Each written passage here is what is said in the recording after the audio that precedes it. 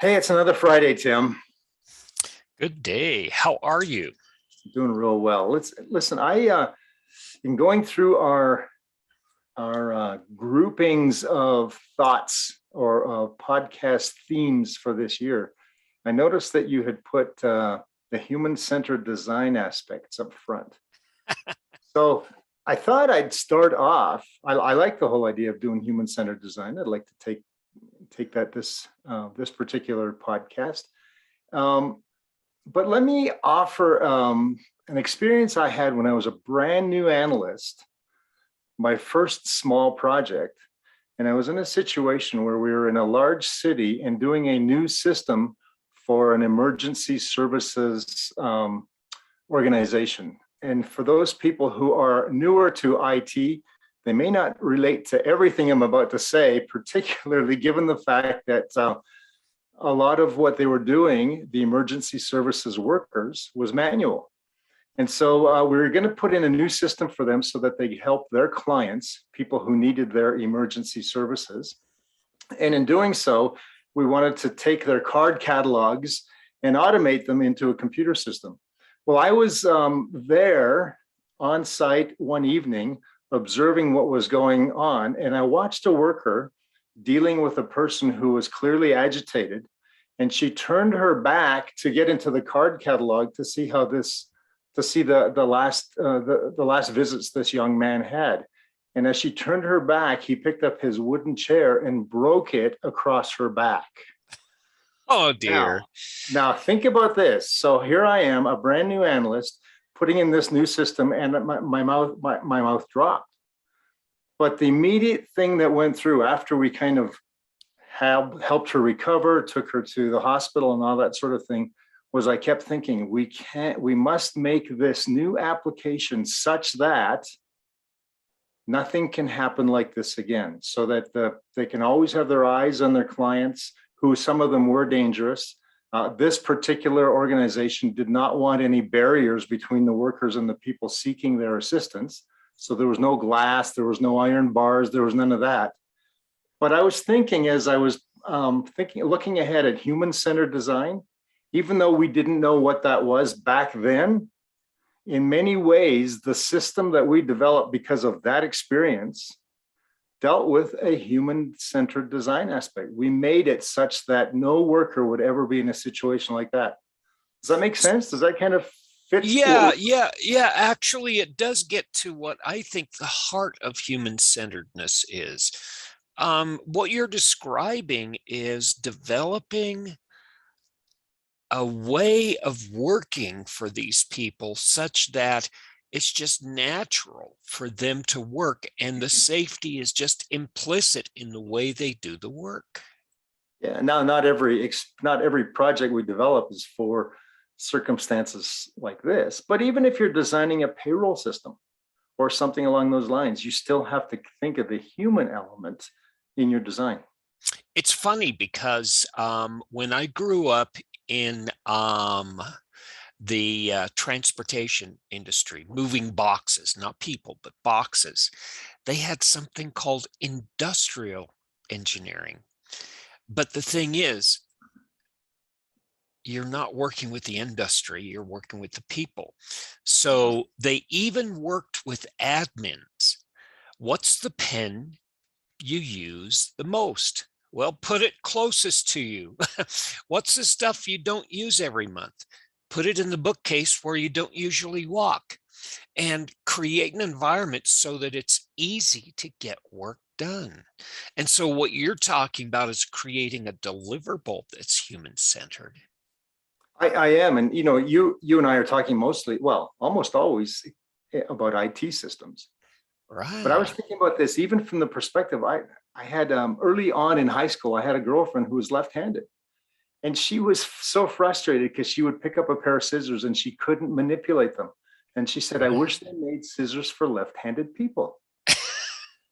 I never thought of that. I don't know if you've ever experienced anything Oh, like that, oh, but when I was in second grade, when I was 7 years old, my parents found one of the first sets of left-handed scissors. I'm terribly left-handed, and yeah. I love fountain pens. And I've had to redesign the way I write over decades to figure out how to use the pens I love for my left hand.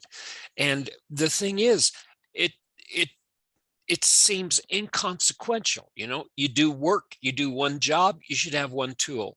No, the tools have to be in such a way that people doing the work can use them within a broad spectrum. So if I go from left-handed scissors and fountain pens that are, use of fountain pens, I'm having trouble talking today. Use of fountain pens such that you don't smear the ink. If we can think of that as human-centered design, from an IT perspective, let's put a definition on the table for us and for our audience in terms of what we believe human-centered design is in simplistic terms. Okay, you want to start? Well, I have this argument with myself that there's human-centered design and then there's design thinking. And so maybe there's a little bit of a clarification there, but I think human-centered design really comes from designing with the end user in mind, in such a way that the understanding, focus on an understanding as we develop systems, so that the perspective of the person for whom the outcome is being generated is good for that person. Yes, and that's tricky. Let's put it in perspective of project management. James Clear, I'm going to do some show and tell, by the way. Okay, that'll help our audio people not. Yeah, James Clear actually wrote a book called Atomic Habits. Okay, this is an awesome book. And he said, you know what? It's easy to think about it, because if you want people to do things, make it obvious, attractive, easy, and satisfying. Make it like water going down a hill. Make it like a toy car going across its track. Make it so it can't do things the wrong way. And that really meets to it. Now, if you want to remove behaviors, or if you want to move mistakes, make those things, and James says, make it invisible, unattractive, hard, and unsatisfying. Now, I did a little study, and I found out that human-centered design, the formal term, comes from a guy by the name of Don Norman. Yeah. And he talked about this, and he said the same thing. Do you design doors such that people always push them where they're intended to be pulled? Do you create an office space such that everybody who does research is in the middle of the common area? And, we think about this as silly, but we create all of these obstacles that hinder our work, our progress, and even the work in projects. And this is where I wanted to expand to. Number one, the deliverable we're creating, is it human-centered? Number two, the way we're creating the deliverable, is that human-centered? Number three, the way I'm managing my team, is that human-centered? So the difference, I think this is where I was coming to when I talked before about the difference between human-centered design and design thinking. It's sort of the difference between what you just outlaid as number one and number two. Number one is the one I always go to. I'm thinking with my end user in mind. If I go to a meeting, I put myself in the chair of the person I'm meeting with to see how I'm coming across. So there's always that side. But then there's the whole design thinking. When I, as a project manager, may look at something and say, well, there's a human-centered approach to innovation, which IT typically is, innovation. I bring my whole team around, and from that human-centeredness, I see if I can apply technology to the solution. So for example, that's the whole idea of, well, I've got this unique situation. Maybe I can take 3D printing and apply to that. So I think there's a slight correlation. One is, who am I designing for? Secondly is how am I designing it? That's exactly right, Merv. Yes. And So, that's how I look at it. I try to look at it from a syntactical comparison first. Whenever you can't figure out what the difference between two things are, you go to the definitions. yeah. Human-centered design, if you look at the words, is a noun. Design thinking is an action or a verb. Yeah. So if I look at it like that, you're exactly right. You are spot on with both of those ways.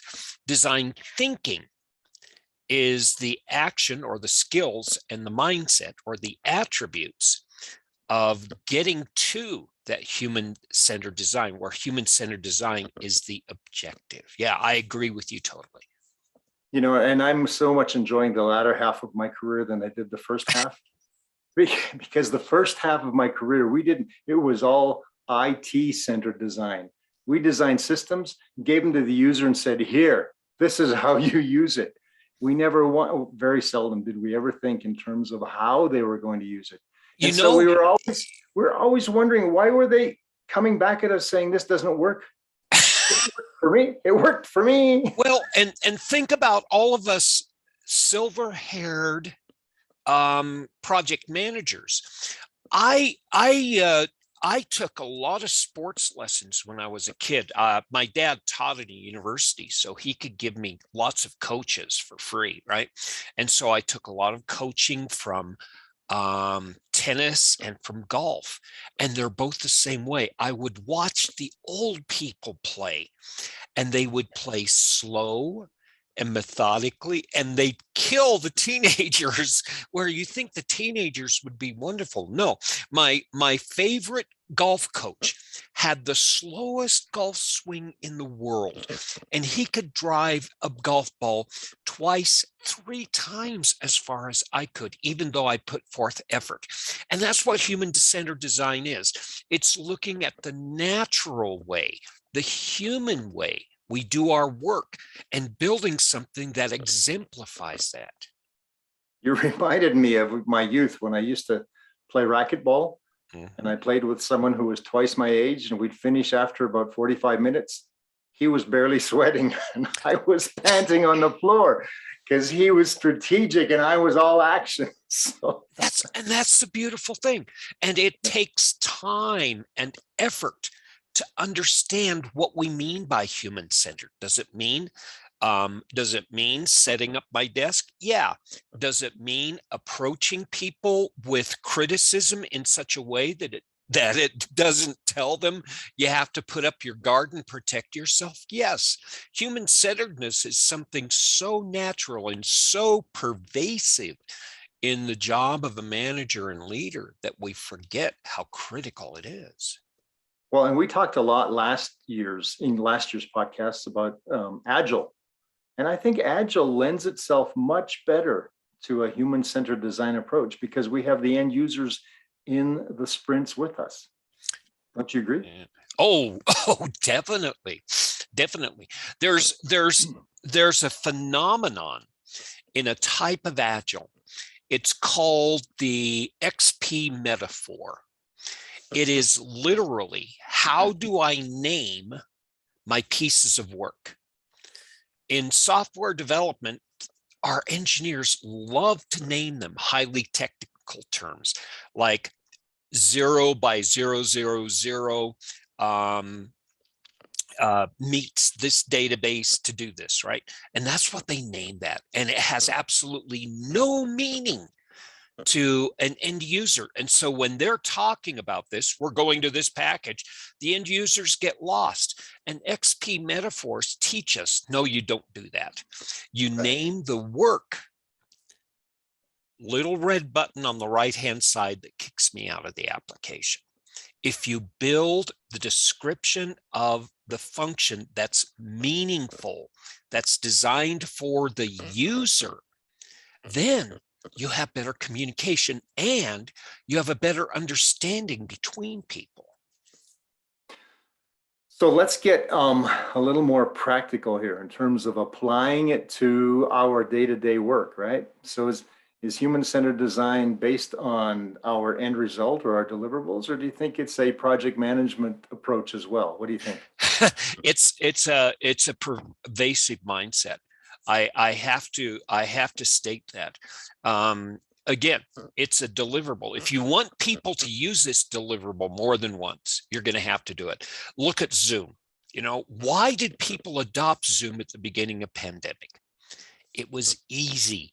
People could grab it, people could load it, and it was intuitive. It was made the way people get work done. It's what we call a transparent solution, right? And Yeah. so it's for deliverables, but it's also for the work. Like I said, am I setting up the proper work environment for my teams? My researchers, like I said, am I putting my researcher right in the middle of my common area? Shame on me. Am I giving my team a war room that they can actually come in and work on that? So I think that this human-centeredness, like I said, is pervasive to both the humans who are receiving the deliverables and the humans who are doing the work. What do you think? Well, no, I agree. And I was looking at my iPhone while you were talking. I remember when the iPhone first came out and I saw all these pictures and I thought, well, that's just dumbing it down. I mean, people are smarter than all these pictures. But I tell you what, it was designed with the end user in mind. And I can find an app among 60 apps in a millisecond because of the human-centered design approach to the icon, the pictures that I can quickly relate to. So yeah, no, it's both a deliverable and a method of actually achieving that deliverable as well. So Right. It's making it so I don't have to think about using the tools. I can put this tool to automatic use and worry about the thinking and solving what the tool does for me. and I was thinking about that too from the project management perspective, and a lot of the people who listen to us listen to it for project management hints to see what they can try on their own projects.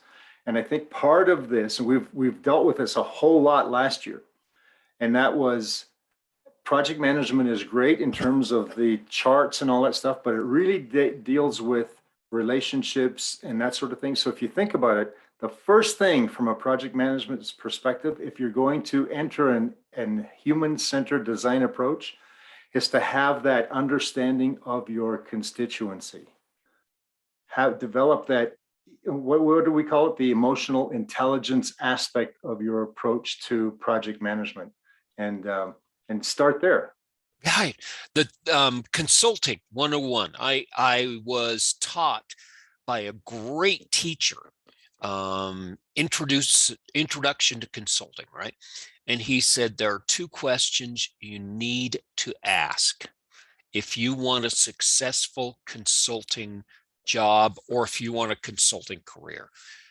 Number one, what does success look like for you? Success is not a black box that does work. Success is I can go home, maybe even a little bit early today, and have dinner with my family, relax, and not have to worry about work. See, this is what human-centeredness is. And all of a sudden, I'm not creating a box, I'm solving a problem. And solving problems has so much more value for us than actually building a box. It does. And if you're going to be solving that problem, again, from human-centeredness, then you should define the problem you're solving in the human-centered language, in the language of the human that you're centering your design on. Right. And that's, go ahead. No, I was going to say, I remember that early on, people would say, you have to be able to pseudocode because that's not code. If you pseudocode, you can explain this to the user. No, you can't. Pseudocode is just as cryptic as code is. Yeah, what you have to do, it's like going to another country. If I go to Turkey, I don't bring my language with them. I have to learn their language. I don't tell them when I get to eat breakfast. I'm going to find out when the restaurants are going to open and serve breakfast. And that's the way it is with us. And again, you know, you and I talk about servant leadership and leadership and service and all that. It's not just that, it's this whole thing of we're all at the service of the needs of the people who are footing the bill. Exactly. And the other part of that too, I was going to suggest is from a project management point of view, what I've done in my particular approach to this is not only do I understand my constituency, i.e. I put myself in the seat of the person who is about to pick up the keyboard when I'm finished. Not only do I define the problem in terms of their language, as you just mentioned, but thirdly, I also offer a brainstorming approach so that I can collect ideas, collect thoughts, collect issues and problems and concerns that my end user constituency has. And that whole brainstorming aspect, without judgment, just throw it at me. Let's capture this on a whiteboard. It's amazing how much that even changes my design thinking. Exactly. Have you tried brainstorming yourself? Oh, certainly. One of the things that I realized after I started teaching project management is how important and critical good analysis and the right level of analysis is. And brainstorming is not analysis. Brainstorming is just capturing information. It's like taking a box of puzzle pieces and dumping it out on the table. Even before you start sorting out the pieces, that brainstorming is critical. It's that data collection. Oh, absolutely. And it's amazing to me how often, because my judgment, you know, we're analytical creatures, you and I. My judgment wants to kick in right away and kind of in my mind, I go, well, that's a stupid idea. But what happens is that stupid idea connected to another stupid idea comes out as being brilliant. Well, and that's the problem.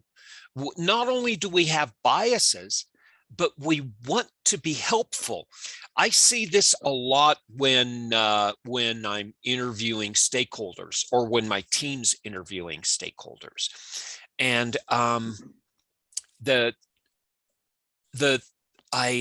I hear this in the notes, or I observe this in the conversations where they're saying, you know, the team members interviewing a stakeholder, okay, we're building a box for you. What is this box going to do for you? And the stakeholder says, well, the box needs to be black. Great. Well, no. Tell me what the purpose, what's the function? How does it make your job easier? Well, I need it to be 20 by 20 by 20 centimeters, right? And the problem is, bless them, the stakeholders are trying to make their jobs real easy. But what we're trying to do is actually get to what their needs are. And to go back to what you're talking about, Agile actually clarifies this roles and makes it easier for the stakeholders to provide what they need to provide so the team can do what they can. The team is the black and the size and all that, where the stakeholders are the needs and the expectations. I, as a human, need this design. Well, and I'll tell you another observation I've made in exactly those same situations that you just described is sometimes, and this frustrates me with my own team, the IT side. Sometimes they've already been framing the solution in their mind. And so their questions are slanted towards that solution. And it may not be the right solution. We need to be completely open with our users. This is the hardest thing. And my class is that way. I design my project management classes such that the first 8 hours of the class is just data gathering. It's not analysis. And everybody wants to know. And again, bless these people. As project manager, I need to know everything. And I need to know all the context before I make a decision. And so we're going through section 1 and I say, okay, we'll talk about that later. Just remember what I'm telling you right now. And it takes almost 12 hours into the class before they realize, oh, this is why We need that brainstorming and data collection, and then we turn on the analysis. Yeah. The other thing I found helpful after the brainstorming and after we start to focus on what the solution might look like is developing some fairly simple proofs of concept, maybe one, maybe two. And I tell you where this worked incredibly well for me in one of my projects. And this happened not to be with my client, but with my client's client. So my client's client would receive, as a result of applications for whatever assistance they might be getting from this particular government body, they would be getting notices. And you've probably received notices from, say, the IRS or Social Security or Medicaid, or not Medicaid, but some of the different government bodies. Mhm. And you look at those notices and you go, what is this gobbledygook, right? So we actually took some notices that we had formatted out to our clients' clients, i.e. the eventual recipients, and had them read them. And they told us what they understood and what they did not, so that we could go back and reframe them. Now, this whole idea of a proof of concept, up until then, we had always depended on, say, the policy branch or the PR branch to create notices. They had never even thought of going out to their own constituency and seeing, do our constituents understand what we're telling them? But because we did that using this proof of concept approach, we ended up with incredibly understandable communication to the client's clients. Oh, wow. Oh, wow. What was the feedback to your direct or your first level clients? What was their response to that experience? They loved it. In fact, they had, because we couldn't go on to their sites, their offices without their permission, they accompanied us. And so they loved what we did. They loved the feedback that they got. And I think I left earlier than what they ended up doing, but I think what they ended up doing was actually implementing that as part of their normal go-ahead for any other future type situations. Excellent. Excellent. Yeah. Excellent. One of the things that I wanted to tease out with you is if this is really interesting and I want to actually embrace human-centered designness or design thinking, how do I add it to my project? What do I need to add, or how do I need to change my approach? From a project management point of view, and this is talking about Merv, I had to change my entire mindset. I had to start with me. And once I understood what it was that I needed to do to satisfy my clients, then it became much easier for me to actually conduct the project. I don't know if that's what you're getting at, but I think it came down to mindset. Oh, it is. Oh, it is. And this whole thing is all about mindset. And that's the beautiful thing about Agile. People think Agile is all about tools. It's not. Agile is not a tool thing. It's an attitude thing. And this is why early in the creation of Agile, it was so hard to adopt. People said, okay, give me the Agile spreadsheet. No. Agile means that we're going to be meeting with the stakeholders. Stakeholders don't have time. Well, we're going to have to work with the executives because they're going to give no executives. Okay, you're not ready for Agile. And Right. so there was a lot of hype that led to a real deep valley of despair for many years for Agile. Well, and we're a lot of our constituents on this podcast are young project managers, and a lot of their training comes down to what type of Gantt chart, what type of that sort of thing. But what you just said is exactly right. Where's my Agile worksheet? And as much as we need those tools, I think from a young project manager's perspective, even if they're just at the team lead level, is to begin to develop that mindset. Well, and that's the beautiful thing, because when we teach training, and when we teach mentoring, and we teach actual engaging, we don't just talk about skills and knowledge. We talk about those things like attribute, and mindset is squarely in the domain of attribute. It's the oh, what did a quality or a feature regarded as a characteristic or inherent part of something, like emotional intelligence or self-awareness or conflict management or patience, all of these things that are sort of emotional and sort of actionable, they go under that category. And that's an important category for us if we're working with something that has a human element. Well, and going back to what you introduced earlier about servant leadership, to me, a servant leadership also listens twice as much as he or she talks.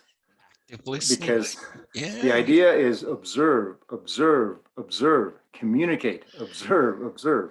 And that way it also helps develop that mindset of customer first or human-centered design first. Yeah. Yeah. It really is an eloquent solution.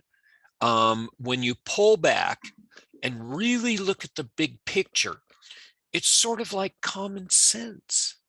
You know, I struggle with teaching with this to people because it is so common sense that people overlook it constantly. It is. In fact, I remember reading an article about what's so common about common sense. Nothing. It's very uncommon. Yeah, it's funny because we learn all of the skills and knowledge that we think is valuable, but they're only valuable in so much as we can apply them in the right manner to solve the right problem. And that's where human-centeredness comes in. It's not so much finding the right tool, it's finding the right problem that we need to solve. Well, and part of that is, you remember last year I talked a lot about my upbringing in the predictive world, right? Less. In fact, I've done very little in the agile world. And I remember my management used to get on my case because what would happen is in the course of requirements definition, we would uncover something that the users absolutely needed that wasn't there in the original requirement statement that we bid to. And so what I would do is I would make a compromise, again, putting myself in that mindset of sitting down in my client's chair and seeing what they want. And often I would come and say, if we give you this that we hadn't thought about before, would you accept that we take this out or do this during maintenance and operations, or doing it some point because it's less important, even though it's in the contract? And often they would come back and say, yes, we need that new thing more than we need the old thing that was already in your contract. I would frustrate my management, but I would have happy clients because of, again, that mindset. It's strange because when you look at this type of work, the manager and leader is working so much more than the workers themselves. The workers just have to create the output. The manager has to create the environment so that it's done easily. One of the things that I've had a lot of fun with in the last decade, these guys like Huberman and Sapolsky and even James Clear, I mentioned earlier, these guys are researching in neurobiology. They've created a class of knowledge called neuroplasticity, understanding how easy it is to learn some new things. You were talking about changing a mindset. Now, Agile is solving unknown problems. And so when you hit a new project and it's totally unknown, Agile says you have to go to ground zero.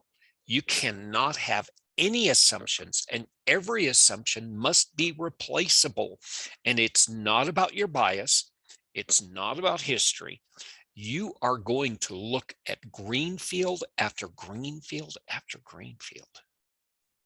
Which is an experience that I have yet to have. And I would love to do that. Even the Agile project that I've been advising of late is one that has a defined outcome simply because there's legislation that requires it. So yes, we're doing it through an Agile approach, but there is a defined outcome. It's not kind of a surprise at the end based on what we ended up doing. So, but it will fit the needs of the end user. So it will be built from a human-centered design of those who have to take the legislation and make it real for their end users, for their clients. Yeah, and even if we do predictive projects, all projects have a component of agility, like you with the, surprise, we found something. I've had a lot of those surprises where my stakeholders have taught me something new, and if I didn't have the wherewithal to set aside my ego or set aside my preconceptions, I would have missed many company bonuses. Yeah. Oh, which is important. and And by the way, in those situations too, is I've had some of my team come up and say, why don't we talk to the client about this? I think what they're doing is laborious. Why don't we see if we can't convince them to do it this way? Because I think it'll be easier for them. So even my own team started to develop that mindset that said, let's serve the customer, even if it means a little more effort or changing requirements in terms of how we do things, not what we end up with. Wow, I have so many questions for you, because self-organizing teams is one of those cornerstones of Agile. And what you're describing is the behavior of a self-organizing team. I would be interested to actually, ask you, how did you actually do that? And did that team start off with thinking they had the permission to bring those things up to you? I'm not sure they started off that way because, there's that honeymoon period where you kind of, the client and the system integrator are kind of, you're new, you're liking each other, you're not sure how this is all going to work out. And then it took a while for us to get acclimatized to each other's working styles. And so where that typically would come in, Tim, would be when we would be partway through and we knew that the clients had our trust and we had theirs. And so because we understood the technology and what was possible that they did not, often we could take that technology and apply it in a different way to the problem we were trying to solve, such that it made their job easier eventually, and something they never thought of because they didn't understand what was possible. So that's typically where it came in. So yeah, you're talking about it wouldn't be in the forming or storming part, but after all of the willies are rattled out of the system and the process and the group, when they're norming, they're actually starting to do that when the trust is starting to be demonstrated. Yeah, and then you would see it during performing, most definitely. Cool. Yeah. Okay. So this is rather fascinating.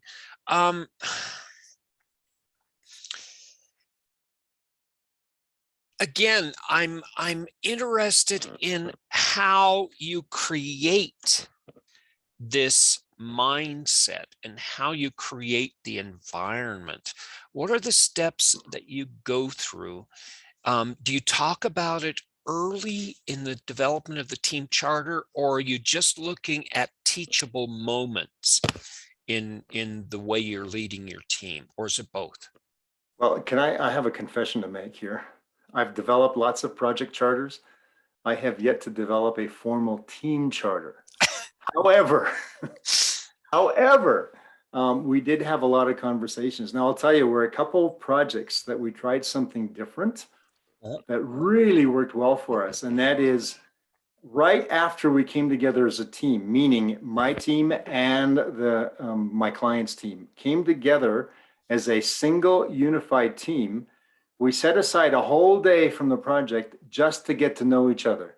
We did silly games. We did silly get to know you exercises. We had lunch together. We just got to know each other. Project aside, we just got to know each other.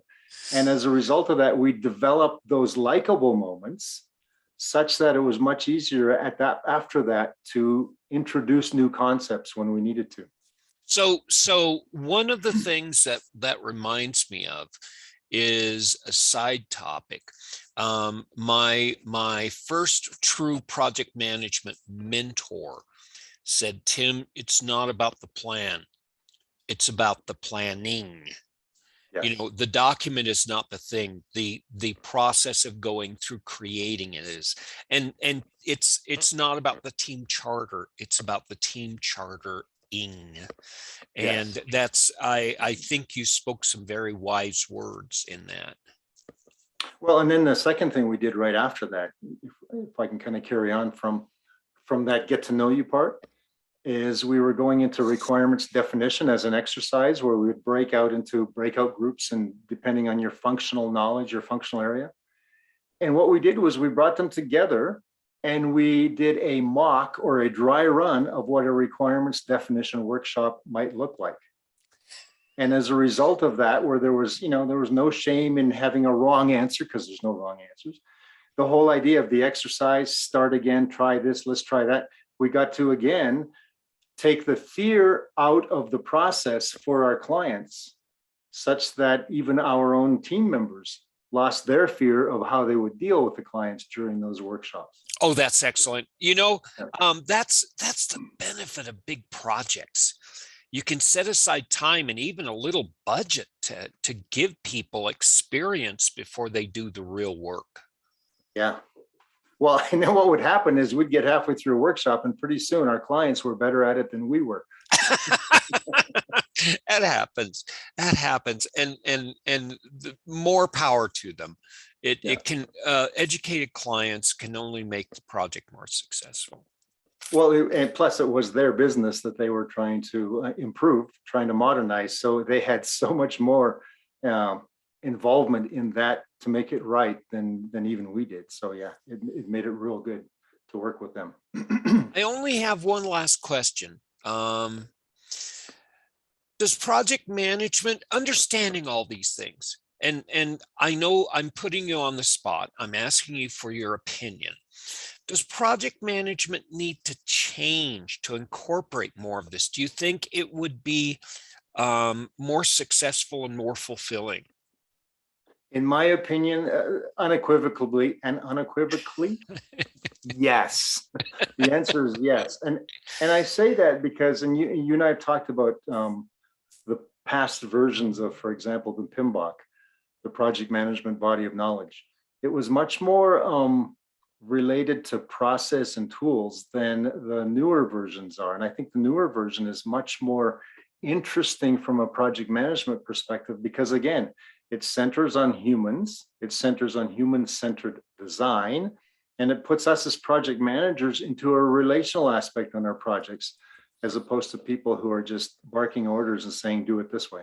Yeah, they're actually talking about behaviors and principles instead of talking about what you and I talk about, like arts and charts and tools and rules.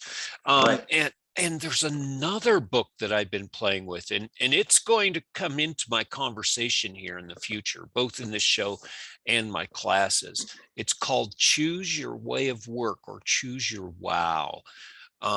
It actually describes this stuff that we're talking about, this mindset, in a very conversational manner, in a way that you can easily adopt it, not just into your project work, but your general business work. Think about if you were able to take what we're talking about right now and move it into an operational setting.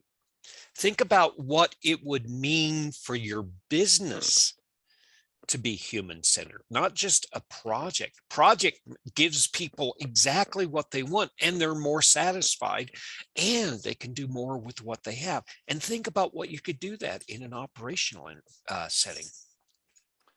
Well, exactly. And I think that also includes one of those EQ moments of creativity. Not everybody is creative. I find myself often not very creative, but just applying a creative approach to some of these things.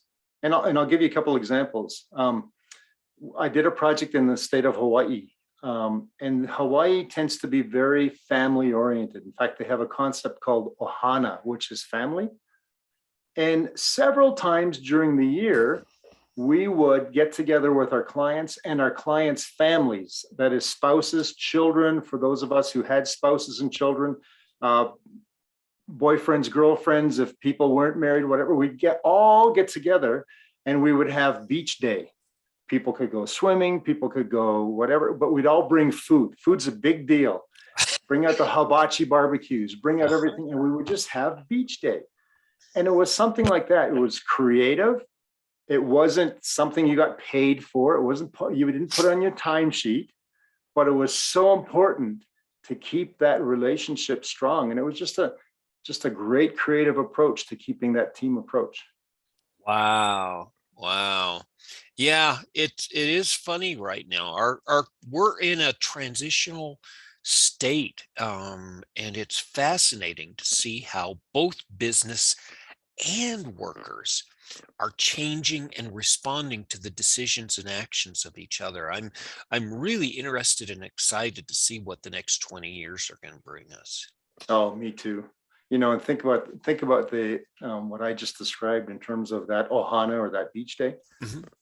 Think about, and I remember years ago, my boss telling me, we were in a situation, we had a team meeting. This was before we kind of came up with this human-centered approach. I remember him telling us as we broke up the team meeting, he said, all right, folks, let's go out there, do a good job. Let's get them before they get us. And it was kind of that mentality. It was us and them. Now, we still built systems, or we still delivered systems, but it wasn't as much fun as it is now. Yeah. Yeah, you don't have as variety of food in your when you get together. Literally, Yeah, it's my menu. I get to choose in a win-lose situation. exactly. But yeah, it does open up opportunities that you don't have and we haven't had previously. So you asked a question before in terms of how we create this. A lot of it came, in my case, from experience of failure, things I tried or things I wasn't aware of that blew up in my face. But I learned from those. Instead of licking my wounds in the corner, I'd say, okay, if I had that situation again, how would I approach it differently? So that again is part of that mindset. Oh man. Oh man. You and I need to do a show on the value of stand-ups and retrospectives. And because if we really knew how valuable both of these things are as bookends to your work, the ability to go back in a way that you don't approach shame, where you can just lay out the problems and solve problems instead of trying to solve people, you gather such wisdom, and this is so powerful. So when you ran projects for one of your corporations, were you given permission or latitude to be able to try something and then adjust based on whether or not it worked or not? It depends. Yeah. So there were some organizations, and it depends on the amount of authority I had. And I had flexibility. And like I said, I had some great mentors. I was in what we call a week matrix, where the director would often say, okay, guys, put away your projects. We got to get some work done. Right. And that was a lot of IT. And that was a lot of manufacturing support and product support. Right. And then in consulting, it was like, we have free reign. What do you think? What will make more revenue? What will make more profit? We were part of the brainstorming of the executive decisions, which was incredibly refreshing. And that's where a lot of my experiences were. And yes, we all made mistakes and we laid them out. But my executive and like I said, I'm really lucky. My executive chain actually supported. Yeah, it didn't work as well, but it did better than the last 2 years of work. Let's build on that and see if we can get rid of those clinkers and still keep the value. Yeah, and I've had similar experiences. I have had those bosses who go, you're afraid to try something new because you knew you would get questions. Well, why'd you do that? And so then it became less fun. And I tell you what, going back over my career, those were our least profitable projects. Mm-hmm. That's Ones exactly where we were, right. ones where we were given a little latitude to try something different. We were given that latitude. If it didn't work, we might have to kind of come back and regroup. And sometimes we'd have to work harder to make up the time, but it was a lot more fun. And once we made up the time and got going, we ended up being often more profitable. Yeah, and most of my projects in consulting were between $65,000, which is helping a corporation make a decision with 3 engineers, up to about $750,000, helping corporations put together solid plans, right? And think about that scale. And the thing is, without that autonomy, they wouldn't have all these people like Tim coming in and say, you know what, my client over here tried this and they told me that this is really what the value is.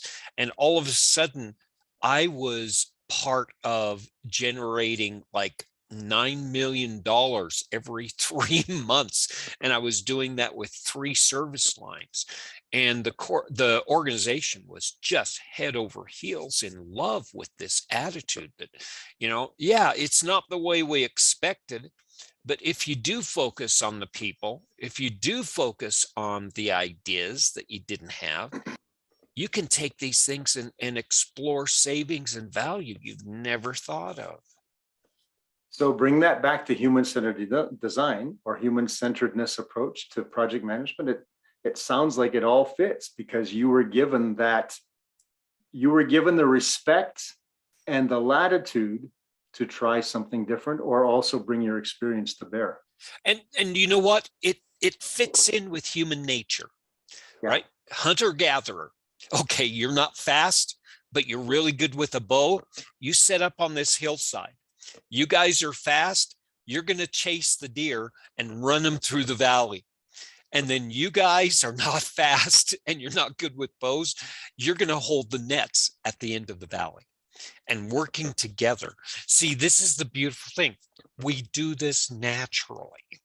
What we have to do is sit back and not have bias and not have opinions of who's good or bad for the project, but figure out how we can take what we have in front of us and do something that's never been done before. Boy, and that also elicits a response of mutual respect. We need to introduce and advocate for mutual respect. I don't care where you are in the succession plan or where you are in the lineage of the project itself. There has to be that mutual respect if you're going to end up with a good human-centered approach to any project. Right. And the difference between human-centeredness and non-human centeredness is the difference between win-lose and win-win. Win-lose means I'm going to get a rabbit tonight and you're not. Win-win means we're both going to win. We're both going to be able to get down some big game and we can sit by the fire for a couple of weeks before we have to get out. So all of this, are we just rehashing the difference between 1950s management style and more modern management style? Yeah, actually, yeah, we are actually. We're not talking about project management. We're talking about the evolution of human behavior and respecting human behavior in our work. And it's not just the 1950s. In the early 1980s, there was a theory in business school called shareholder supremacy, which means the people who own the shares are the people who extract the value from corporations. Therefore, they should make the decision. However, in the last 15 years, research, surveys, and analysis say you get the workers to tell you what is of value and how to run the company better and how to make more profit. You listen to the workers, you collaborate, you don't look to the investors. The investors get the gravy, but the workers have the wisdom so that everybody can participate in the gravy. So just taking that and extrapolating to my projects, it's interesting. If I talk to a supervisor, I would get one idea of how to design something. But if that supervisor let me talk to their frontline people, I got a different approach. So I think that's exactly what you're saying. Exactly. And that's what we have to do in projects. We don't just listen. We don't just listen to the executives. We don't just listen to the sales rep. We listen to the janitor, because the janitor cleans the lab every Tuesday afternoon.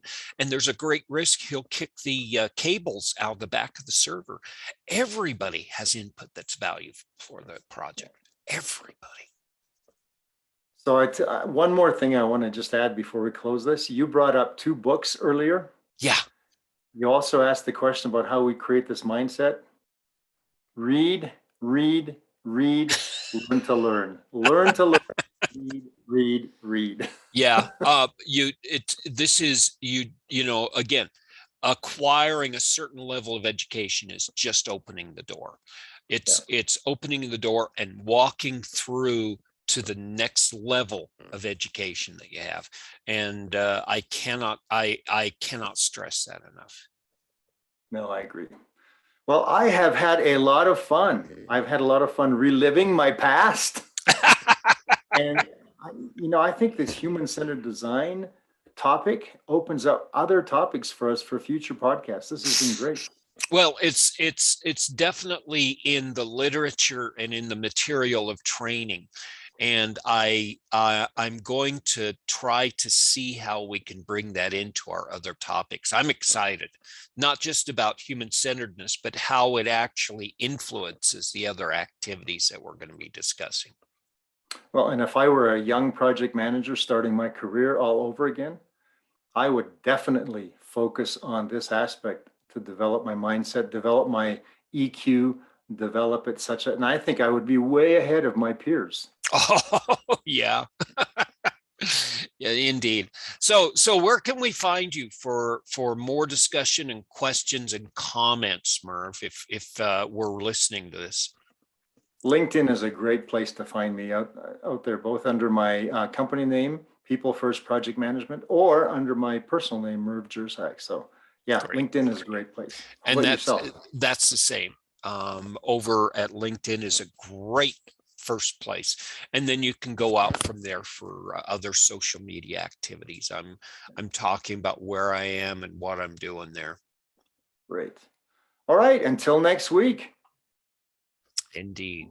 Thanks again, Merv, and thanks everybody who's checked us out. Please continue this and look for us both in live and recorded sessions in the future. Right. Until next week. Thanks again. Bye.